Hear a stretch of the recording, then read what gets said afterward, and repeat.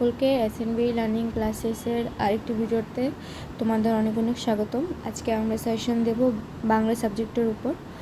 So তোমাদের বাংলা কবিতা রয়েছে ফুলরার 12 মাস্য, তারপর রয়েছে বঙ্গভাষা, তারপরে আরেকটি রয়েছে এই দুটো আছে আপিলিতে, আর গল্প আছে বসন্তের কোকিল, স্বাদেশিকতা, তারপরে আছে ডাইনি। আচ্ছা, তোমাদের প্রথম কবিতা ফুলের 12 মাস্য থেকে কবিতার থেকে লাইন নেওয়া হয়েছে, ইম্পর্টেন্ট লাইনগুলি, এগুলি দিয়ে কোশ্চেন করবে তোমাদের। এখানে আছে তোমাদের দেবীর প্রসাদ মাংস সবাকার ঘরে, কত মাছি খায় অঙ্গে কর্মের ফল, বৃথা বনিতা জনম, বৃথা বনিতা জনম, অন্ধকারে লুকায়া মৃগ না পায় আক্ষুটি, আমনি খাবার গর্ত দেখো দেখো বমমানি। আচ্ছা, যাই হোক, তোমরা জানবে, কারণ তোমরা এটা ভালো করে পড়েছো ভিতর থেকে। কাহারে বলিব কি দোষিব বাপ মায়। আচ্ছা, এমন করে তোমাদের ফুলের 12 মাস থেকে 12টা কোশ্চেন আছে। ফুলের 12 মাস কবিতাটি নামকরণের সার্থকতা লেখো, এটা পড়তে পারো, এটা খুব ইম্পর্টেন্ট আছে। বঙ্গভাষা থেকে মজিনু বিফল তপে, ফেলিনু শৈবাল ফুলি কমল কানুন। এমন করে তোমাদের এখান থেকে আছে 10টা কোশ্চেন পড়ে নেবে। গল্প আছে বসন্তের কোকিল থেকে এসেছে, কমলাকান্তের মনের কথা এই জন্মে বলা হইল না, কমলাকান্তের চরিত্রটি আলোচনা করো, সিংহাসন হইতে হেস্টিয়াস পর্যন্ত সকলেই কাঁপিয়া উঠুক।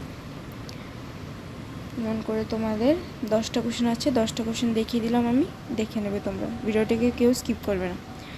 স্বাদেশিকতা, রাজনারায়ণ বাবুর চারিত্রিক বৈশিষ্ট্য লিখো, স্বাদেশিকতা প্রবন্ধটির নামকরণের সার্থকতা লিখো। তারপরে দেশের প্রতি জ্বলন্ত অনুরাগ যদি তাহাদের চলনশীলতা বাড়াইতে পারত।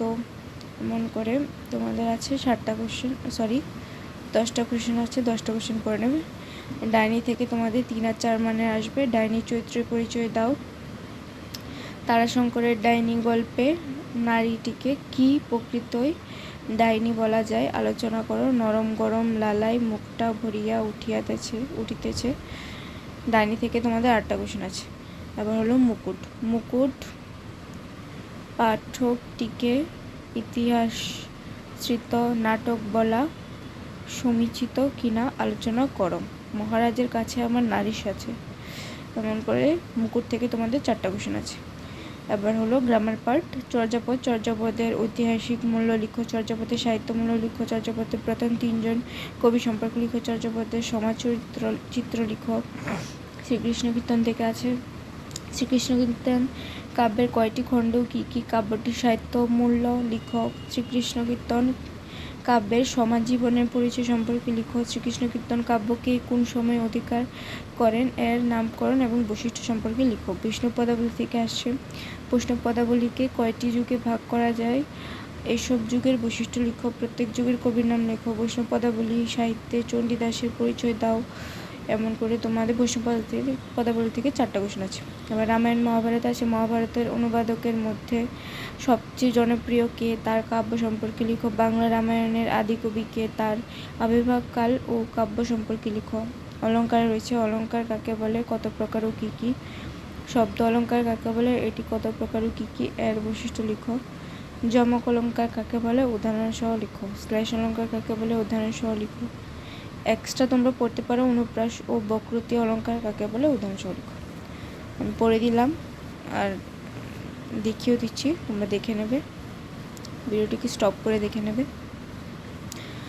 সো বেস্ট অফ লাক তোমাদের এক্সামের জন্য। Thank you.